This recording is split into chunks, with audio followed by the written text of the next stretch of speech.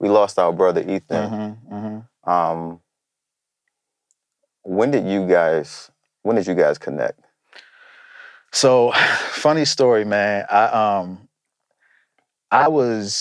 think I might have been about, again, maybe like 12 or 13. Okay. And there used to be this music store called Mars Music I remember over Mars. on Route 40. Yep. And I don't even know if Ethan was working there legally. Like, Ethan might have been 15, 16. Like, he was working full out on in the drum room at Mars Music, right?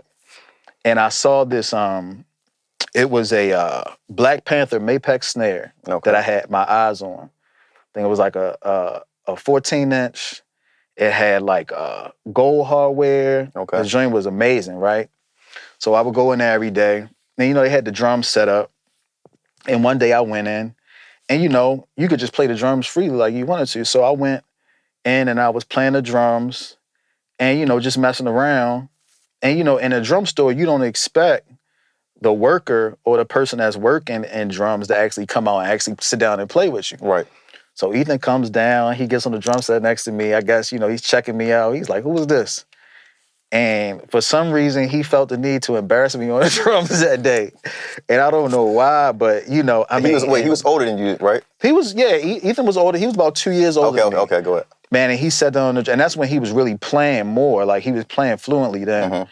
And when I heard him play, I was just like, yo, this dude is crazy. Pleasant surprise. Like, I didn't expect that, Right. I just wanted to go in and kind of like, mess around on the drums.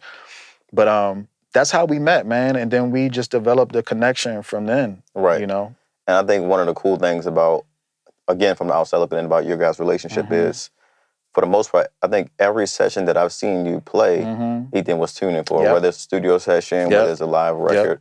Why was that so important? Because sometimes you can kind of get to a place where you're working with a different variety of artists, and you're like, no, I want somebody different for this one. What made you keep that loyalty to say, no, I'm going with my guy every time, no matter if it's a gospel song, if it's a country, like what made you keep that loyalty? Well, to be honest with you, Ethan was a main part of the development of my sound. So, me having him be a part of whatever it was I was doing, it was, to me, it wasn't any question. He was the person that was in my corner that would encourage me and that kind of, helped me put things together. As far as my plan, man, if it wasn't for him, I don't know if I would have some of the opportunities that I had, in my lifetime, as far as doors that have been open for me and just experiences that I've been afforded the opportunity to grow into. Like I said, he was reasonably young as well, but he was just a wealth of knowledge, man, and he has so much wisdom as it pertains to music and approach and different genres and that whole type of thing. So whenever I got calls, it wasn't no question. Like, I wouldn't have to call if he knew he was right there, and he was a part of the development of my sound up until this very day, so appreciate that, man. That's my guy. Miss him a whole lot, man. So.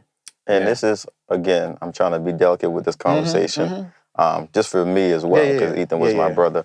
When you got the call that we lost him, man, of course, it's instant sadness, instant grief. And some people are still grieving, man. I'm still grieving. Yeah, you know what I mean? Sure. Like, how were you able to kind of process that and get yourself together? Like, it's like somebody that, I know we all talk every day. Like, we talk about nothing, sports, basketball. Like, how are you able to kind of like start to take the next, like essentially put one foot in front of the other?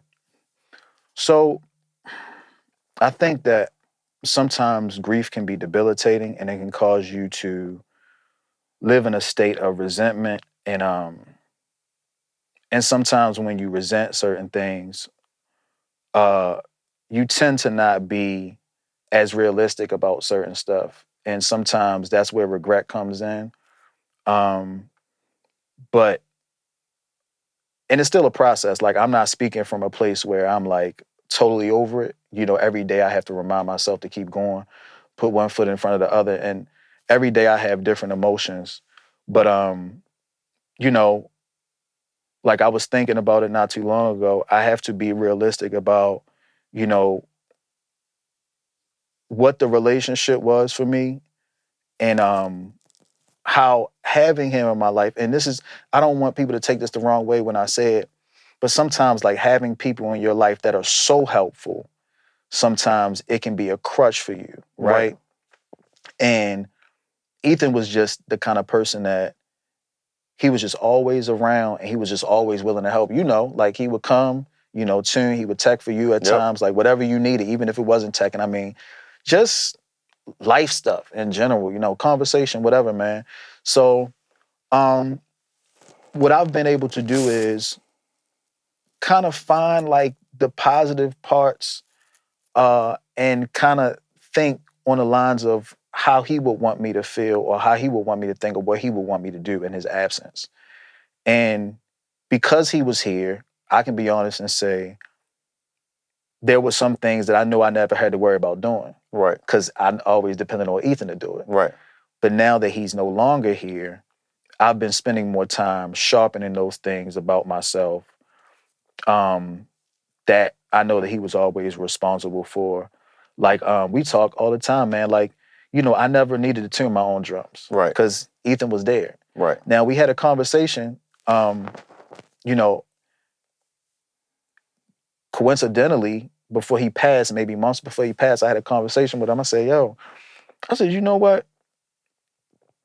As many sessions as we've done together, and you've always, tuned drums and tech for me, I said, you never actually had a conversation with me about what's your thing, like how you do it, how you approach it. Mm-hmm. And he was like, you know what, you're right. He said, you know what, we'll get to it. And you just watch me, and you'll see and you'll learn. And he would give me little pointers from here and there. And then, not to mention, or unknowingly, that he wouldn't be with us now. But I try to I try to stay realistic about where I know he would want me to be and how he would want me to carry things, man. And also keeping the main thing, and realizing that we never know when our time is up, and we should live and appreciate life for what it is now. And take chances, man. You just never know when you'll have that opportunity. So, that's what I've gained from, Ethan.